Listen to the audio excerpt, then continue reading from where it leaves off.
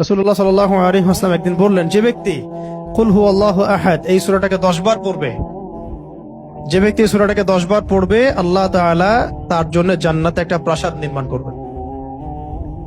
তো এই কথাটা শুনে ওমর রাদিয়াল্লাহু আনহু বললেন, ওমর ইবনে খাত্তাব তিনি বললেন যে তাহলে তো আমরা অনেক প্রাসাদের অধিকারী হয়ে যাব ইয়া রাসূলুল্লাহ।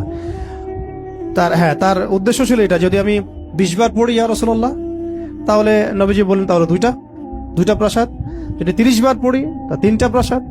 তো ইয়া রাসূলুল্লাহ তাহলে তো আমরা অনেক প্রাসাদের অধিকারী হয়ে যাব। তখন নবীজি বললেন যে আল্লাহ তাআলার দান এর চেয়েও বেশি প্রশস্ত।